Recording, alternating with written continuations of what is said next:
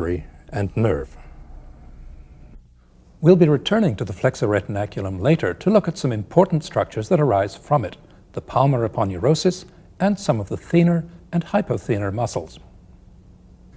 Let's go round now to the dorsal aspect of the wrist to see the other big pulley, the extensor retinaculum. It runs obliquely from this ridge on the radius to the ulnar styloid, the triquetrum, and the hamate. The extensor retinaculum has a number of deep extensions which are attached to the underlying radius.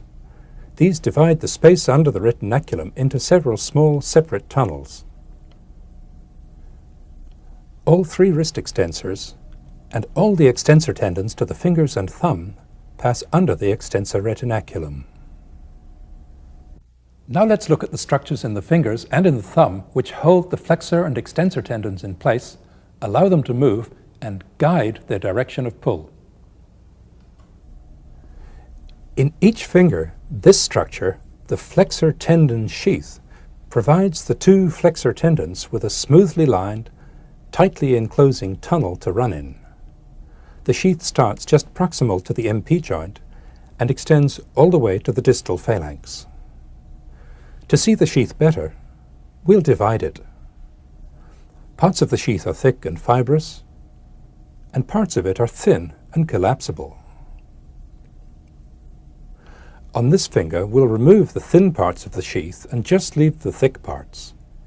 These act as pulleys for the flexor tendons, as we'll see. At each joint, the sheath is attached to the edge of the palmar plate. Between the joints, the sheath is attached along each phalanx. The floor of the tunnel for the flexor tendons is formed by the palmar plates and by the smooth, flattened surfaces of the phalanges. The thumb has a similar flexor tendon sheath for its one long flexor tendon.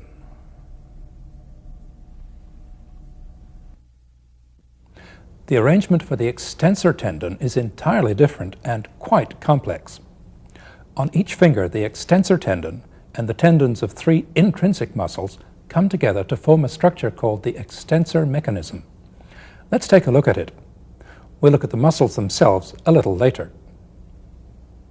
So that we can see the extensor mechanism from all sides, we'll look at one finger in isolation. Here's the extensor tendon approaching the back of the MP joint. Here, both on the radial side and on the ulnar side, is the tendon of one of the interosseous muscles. In addition, here, on the radial side only, is the tendon of a lumbrical muscle. On each side, a triangular sheet of tendinous tissue fans out and connects the extensor tendon to the interosseous tendon. This triangular sheet is called the extensor hood. The big extensor tendon divides into three slips over the proximal phalanx. The central slip crosses the proximal IP joint and inserts here, on the base of the middle phalanx. The slips on each side fuse with the interosseous tendon to form the two lateral bands. The lateral bands join together over the middle phalanx and insert here, on the base of the distal phalanx. The thumb doesn't have such a complex extensor mechanism.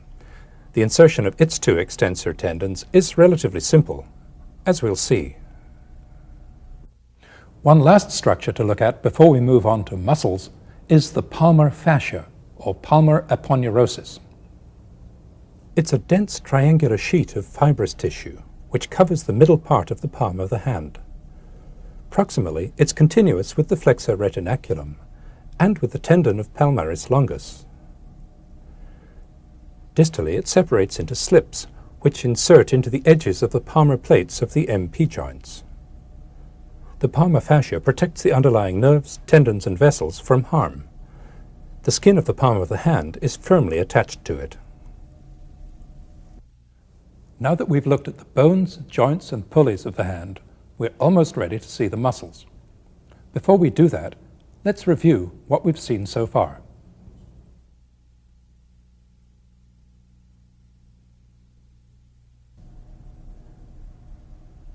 Here are the carpal bones, the metacarpals, the proximal phalanges, middle phalanges, and distal phalanges,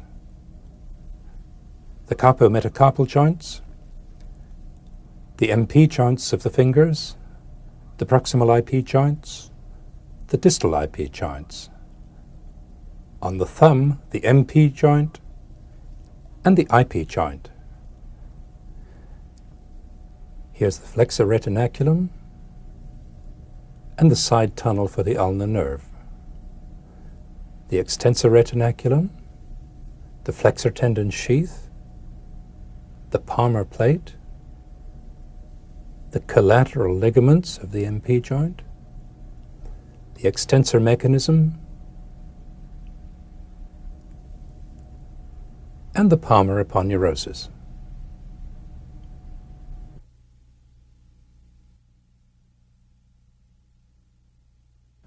Now we'll move on to look at the muscles of the hand. We'll begin by looking at the extrinsic muscles, the long muscles of the hand which lie in the forearm. Then we'll move on to look at the intrinsic muscles, the short muscles that lie in the hand. Starting with the extrinsic muscles then, we'll look first at the flexors of the fingers, then at the extensors of the fingers, and lastly we'll look at the four long muscles of the thumb. Flexion of the fingers is produced by two long muscles, flexor digitorum profundus and flexor digitorum superficialis. Here's the deep finger flexor, flexor digitorum profundus. It arises from the anterior and medial surface of the ulna and from the interosseous membrane.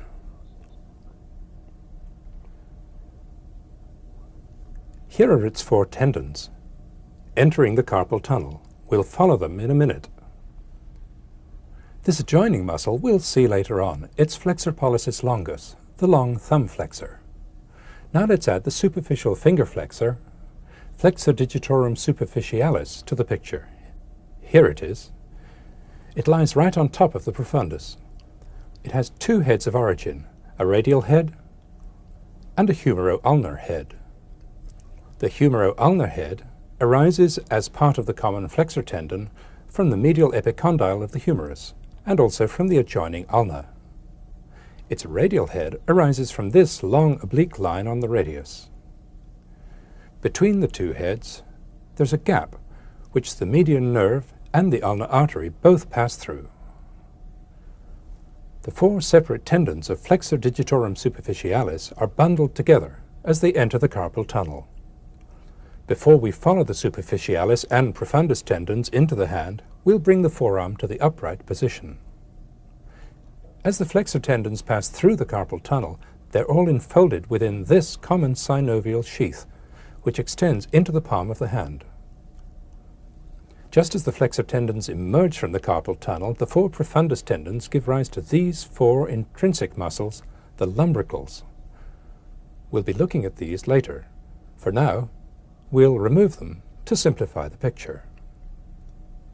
Just before reaching the MP joint, the superficialis and profundus tendons of each finger enter the flexor tendon sheath together.